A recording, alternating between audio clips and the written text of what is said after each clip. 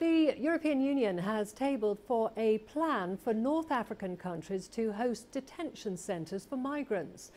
The proposal is on the agenda at an emergency EU leaders meeting to be held in Brussels this weekend. Leaders from 10 EU members are seeking a common migration policy. However, North African countries have yet to agree to hosting screening centres for processing refugee claims.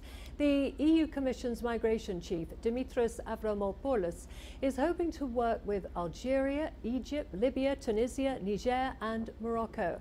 However, the offshore migrant processing centres proposal remains thin on details, and numerous political, practical and legal questions are yet to be answered. Well, Dimitris Avramopoulos says the proposed centres for asylum seekers will not become a, quote, Guantanamo Bay for migrants. As far as the establishment of external centres in other countries, within Europe, I want to be very clear on that. I'm against Guantanamo Bay for migrants. This is something that is against our European values. So it's out of question. We don't have any country. But as I told before, it has to be discussed with these countries. No proposal, no expression of willingness to be part of such a scheme, because an official proposal has not been put on the table. Well, for more on that story, I'm joined from Cairo by CGTN's Yasser Hakim, while Mariam Zaidi is in Brussels. First to you, Yasser, just how practical is this EU proposal for migrant holding centres in North African countries?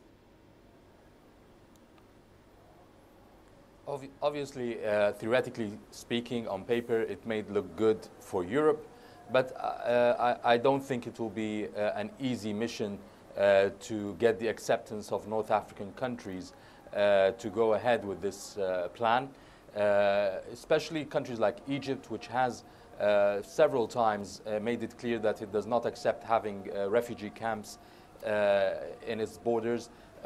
Even with Syria, Syrians who come to Egypt, they're not put into camps. They're allowed inside the country if they're accepted to live in the country like any other expats, but not to be in refugee camps.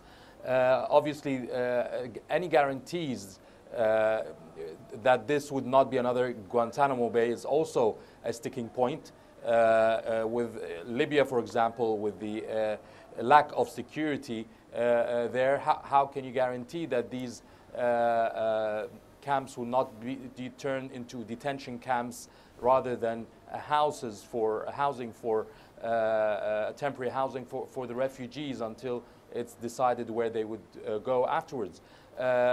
Also, how can the EU guarantee that these camps will not be made as a place to abuse refugees in these different countries? Will the EU send monitoring agencies or its forces to control these camps? And will the North African countries accept EU forces inside their borders to control these camps?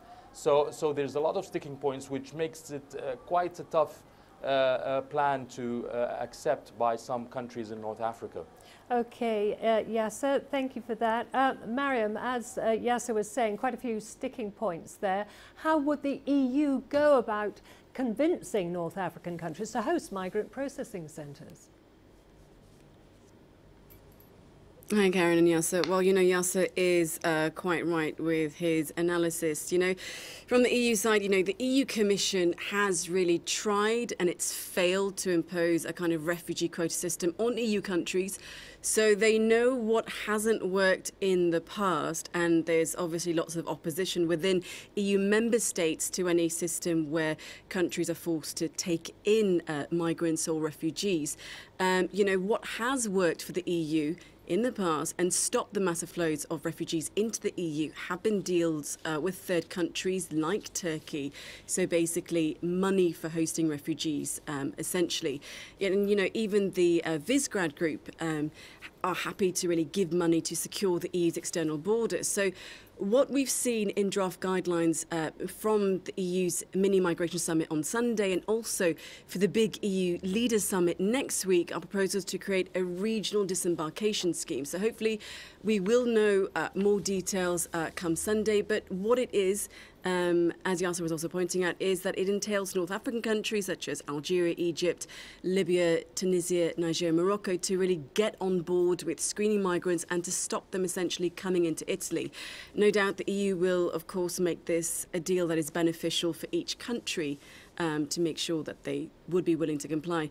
And what this would allow is the EU to be able to separate economic migrants from refugees and, importantly, to prevent secondary movements across its internal borders. The EU doesn't want migrants to be able to freely choose the member state where they want to apply for asylum. And despite all of this, as you were saying, the European Commissioner for Migration, Dimitris Avramopoulos, said the EU is, of course, against creating Guantanamo Bay in Europe for migrants. But, you know, that remains to be seen if this plan does go into action. Mariam, we'll stay with you. You've given us a few details of this meeting this weekend. How likely is there to be a broad consensus on the migration proposal? Well, Karen, you know, a consensus of sorts might come, but anything concrete, you know, just judging from the sidelines already, this mini summit is shaping up to be explosive. The Italian Prime Minister Conte has confirmed that he is going to be attending. There were questions over whether he would, but his attendance is coming with disclaimers. He doesn't want a joint written statement of leaders who are attending. That usually happens when EU leaders gather together. Plus, he wants the discussion to centre around Italian proposals on migration. So that means he wants to talk about how to close Italy and Europe to migrants rather than taking those back who were previously registered in Italy and back from Germany. So we're definitely seeing a big swing in approach from the new Italian government, who are continuing to play hardball.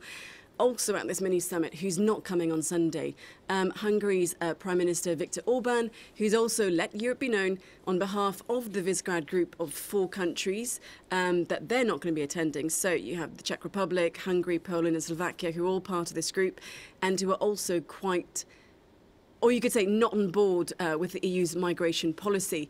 Now, Jean-Claude Juncker, who's the EU Commission chief, launched this mini-summit, amongst other things, really, to save German Chancellor Angela Merkel's bacon. Now, she's been under a lot of pressure from her Bavarian sister party, the Christian Social Union, who are threatening to turn back migrants. So, you know, never has Merkel's political future really been so at stake. Never has there been such a massive push against migrants. And, you know, really, with so many tussles, Karen, it's getting any kind of positive outcome from this Sunday summit is looking a little bit shaky. Okay, thank you very much for that, Mariam. Finally, to you, Yasser, we're just hearing there about this meeting, which is likely to be explosive. If the plan is approved, what kind of financing model would be appropriate, do you think? I guess the EU will be holding the financial burden of this whole project. The North African countries already have their own economic problems and their own economic issues that they would not be able to really pump a lot of money into this project. Italy has shown willingness before that it will be ready to pay for this project. It's already been assisting with Libya on the camps already there, and the other countries as well in EU have shown willingness that EU would fund these plans to be able to help the North African countries in their joint efforts to work together. But there's, instead of paying for this, what African countries are saying, and one of the EU members as well have said, why not put money to improve the situation in Africa or in African countries to avoid having refugees in the first place. One EU member has said, why not give around 6 billion euros to be used in development projects, in security borders, finances, and in this way there would not be, or there would be less refugees in the first place to deal with, rather than wait until the refugees come and then try to solve the problem. So it's an issue of how could the EU and Africa work together to eradicate this whole refugee crisis from its roots, rather than just take the security side and also to work on how to deal with the refugees who have already arrived. So it will remain to be a topic of discussion, and obviously at the end of the day, most of the financing is expected to be coming from the EU. Okay, thank you very much for that. That was CGTN's Yasser Hakim there in Cairo for us, and earlier Mariam Zaidi in Brussels on proposals for the refugee crisis.